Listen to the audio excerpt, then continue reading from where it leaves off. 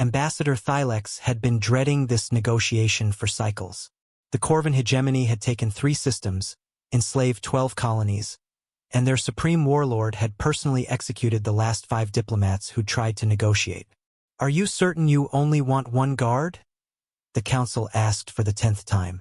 Thylex's feathers rustled nervously. The human insisted she was sufficient. 1 human? Against the warlord's entire honor guard. She said she didn't want to make it unfair.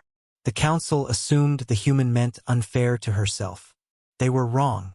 Corporal Ashley Bennett stood at casual attention beside Thylex's hover platform. 5'6", standard combat armor, 1 sidearm, and she was doing something with her mouth that the translator called chewing gum. The Corvan throne room was designed for intimidation. Skull architecture, blood-red lighting, the warlord's honor guard, 50 of the deadliest warriors in the galaxy, lined the walls. The warlord himself sat on a throne made from the bones of conquered species, his 4 arms each holding a different weapon. "Ambassador," the warlord growled, "you bring 1 pathetic human as protection? This insults me." Ashley blew a bubble with her gum. Popped. The sound echoed in the silent throne room. "My apologies," Ashley said, not looking at the warlord but instead examining her fingernails. "Should I wait outside?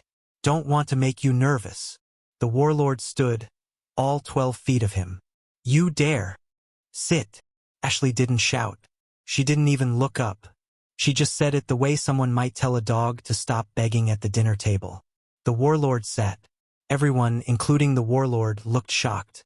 "Here's the thing," Ashley continued, pulling out a small tablet. "I did my homework. You've got an impressive setup here. Very intimidating. The skull architecture is a nice touch, very classic dictator. But let's talk facts." She tapped the tablet. A hologram appeared showing the throne room from above. Red dots marked every guard, every weapon, every tactical position. 50 guards. Plasma weapons, 3rd generation. Decent, but they take 1.3 seconds to charge between shots. Your ventilation system, see those grates? They're wide enough for standard human grenades. Your throne?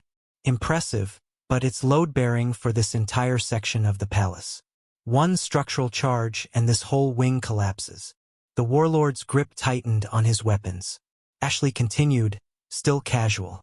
"Your personal shields are frequency-based. Good against energy weapons. Useless against kinetic impact. Like say this." She pulled out what looked like a simple metal ball bearing and dropped it. It bounced once with a pleasant ping.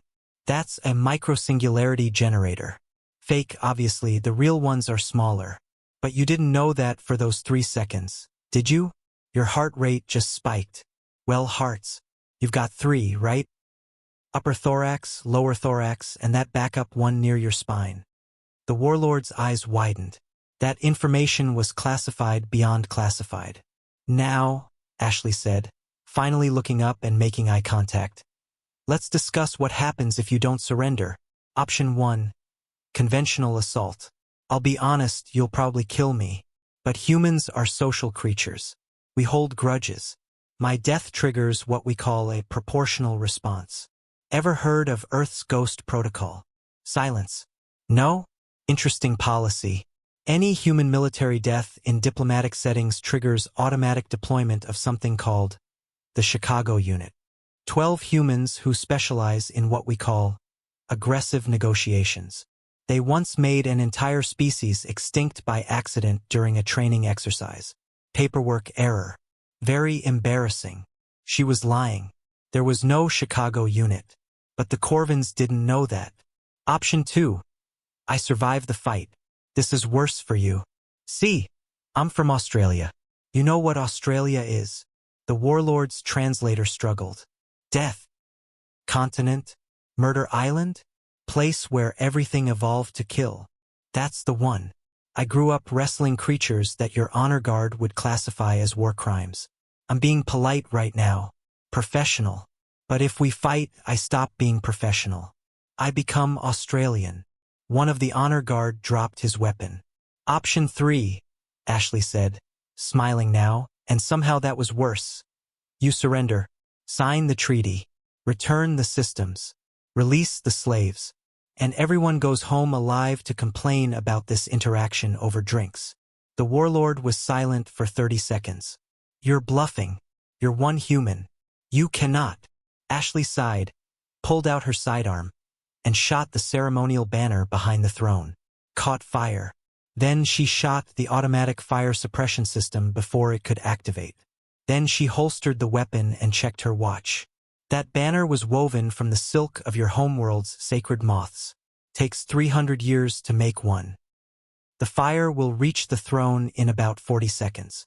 Your choice. The warlord signed the treaty in 20. Later, Ambassador Thylex asked, "Would you really have fought them all?" Ashley laughed. "God, no. That would have been suicide. But they didn't know that. Humans have a saying, it's not about being dangerous. It's about being convincingly crazy. The Chicago unit? My gaming clan. We play online strategy games on Thursdays. The treaty held. The Corvins never bothered anyone again." And Ashley's report simply read, "Diplomatic mission successful. No shots fired. Ignore the banner thing.